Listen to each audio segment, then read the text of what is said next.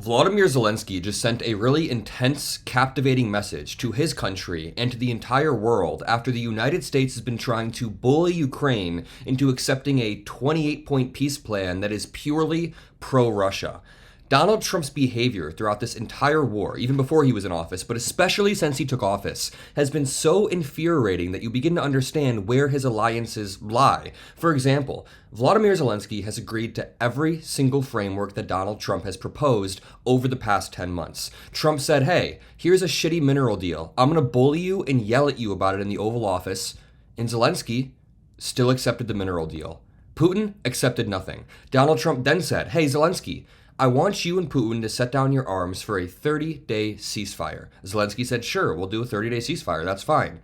Putin did not do the ceasefire. So then, Donald Trump tries to get a meeting between Zelenskyy and Putin. Guess which one was game? Zelenskyy was game to talk. He wants to end the war and protect his people. Vladimir Putin was a no-show. So after months and months and months of Zelenskyy agreeing to every single Trumpian framework, and Trump being so soft on Putin as he continues to launch and strike, finally, Zelenskyy is saying, we are ready to lose one of our key partners if it's necessary. He is saying that they are now facing an option.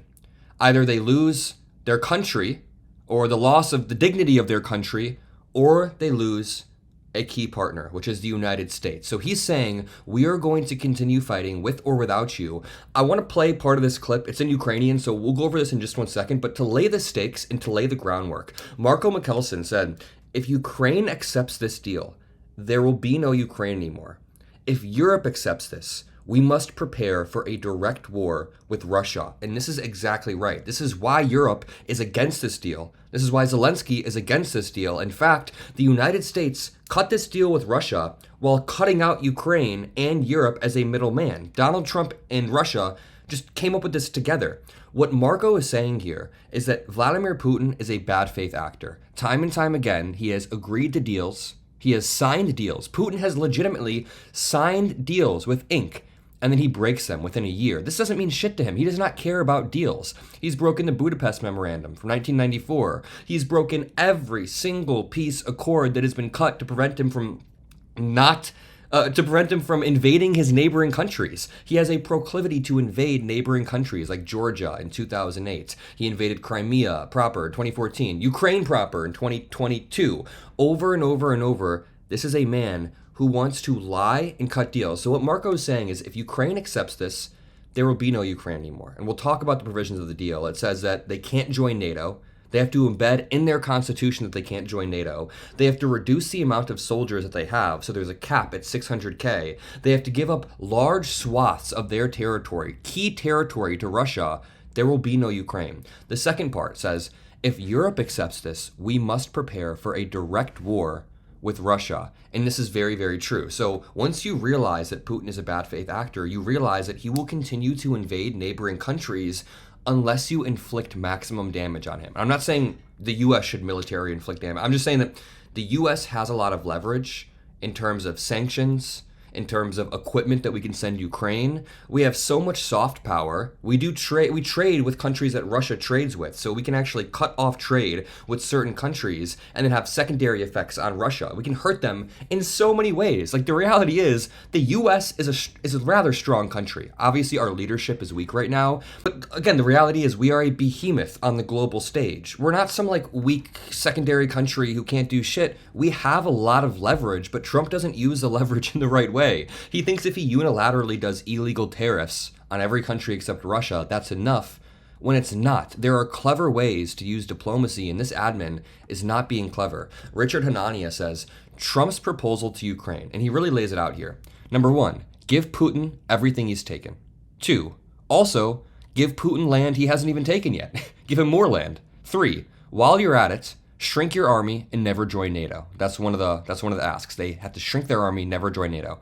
And they have to agree to this by Thanksgiving. This is disgraceful. I want to read this. It says, Army spokesman Colonel Dave Butler declined to discuss. The plans contain elements long pushed for by Moscow, including a full withdrawal of Ukrainian troops from the heavily fortified Donetsk region in the east of Ukraine, granting Russia full control of territory it has not been able to conquer in nearly 4 years of war. Russia would receive de facto recognition of its control of Crimea, Luhansk, Donetsk, as well as the areas of Kherson and Zaporizhia. These are areas that it has illegally seized. There is still conflict in these regions frozen on the current lines, and they would just get it. Russia would just get it.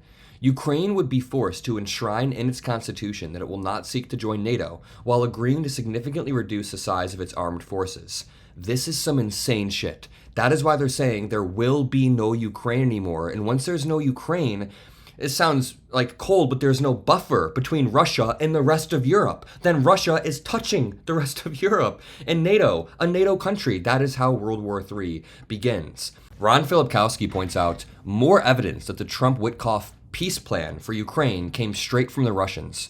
It uses Russian syntax. I'm not even joking here. The Guardian says, the third point of the 28-point plan reads, it is expected that Russia will not invade neighboring countries and NATO will not expand further. It is expected is a clunky, passive construction in English. The Russian version makes more sense and is familiar in the verb form. Other Russianisms that appear to have crept in the text include ambiguities and to enshrine. The White House has acknowledged that Kirill Dmitriev, Vladimir Putin's envoy, wrote the proposal together with Donald Trump's special representative Steve Witkoff. But it seems like Russia may have just written it itself. More evidence that the Trump-Witkoff peace plan for Ukraine came straight from the Russians. I want to return back to Zelensky's statement, but this stems from a few things. The Trump admin has a huge lack of knowledge about Ukraine, about Russia, and about Vladimir Putin's history.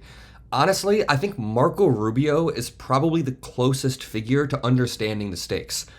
I'm not trying to be too charitable with Marco Rubio, but I've seen this guy talk about Russia and Ukraine. Marco Rubio understands that Vladimir Putin is a bad faith actor, but he's too spineless to stand up and say, hey guys, we shouldn't just be giving crazy deals to Vladimir Putin. It's not a good idea. But let's return back to what Zelenskyy said. Now, his clip is in Ukrainian, but he says this, quote, to the Ukrainian people, by the way. This is for the Ukrainian people, but of course, there are broader messages to the US and other allies that signal what's next. Quote, we are now living through one of the most difficult moments in our history. Right now, Ukraine may face a very tough choice, either the loss of dignity or the risk of losing a key partner, either a difficult 28-point plan or an extremely harsh winter, the harshest one, and further risks ahead. A life without freedom, dignity, and justice, and being forced to trust someone who has already attacked us twice. They will be waiting for our answer. Zelensky's so right. He's so right. Do not cede a single inch to either Donald Trump, Vladimir Putin, or their shitty peace plan. He's drawing a dichotomy that is absolutely true. Either Ukraine, and this is rough. This is like, it's cold, and I'm not sitting here saying I want the war to continue. I want the war to end, but it has to end on the right terms. But what he's saying right now in this dichotomy is Ukraine either loses our country, our dignity, loses everything because this man has attacked us twice and we can't trust him, or we lose a key partner, which is the United States. He's not playing. He is down to lose the United States as a partner because he's understanding that if you accept this framework with Putin, I know I've touched on this a lot in this video, but if you accept this framework with Putin, he will backstab you, he will betray you, he will use that time to rearm, to re-get his forces together, and guess what? Ukraine will still be stuck with a ceiling of 600,000 troops. As the negotiation says, it says the cap of the Ukrainian army would be at 600,000. So Ukraine would have limitations on their army, limitations on their equipment, limitations on what can be imported, limitations in the constitution based on NATO, limitations on their alliances. What does Russia have to cede? Nothing. Putin just has to not be a bloodthirsty maniac until Trump leaves office, I guess. Even if he did relaunch the war, Trump wouldn't do shit. He's way, way, way too soft on Vladimir Putin. And I'm going to leave it at that. If you appreciate these breakdowns, drop a like, subscribe. I love you all, and peace out.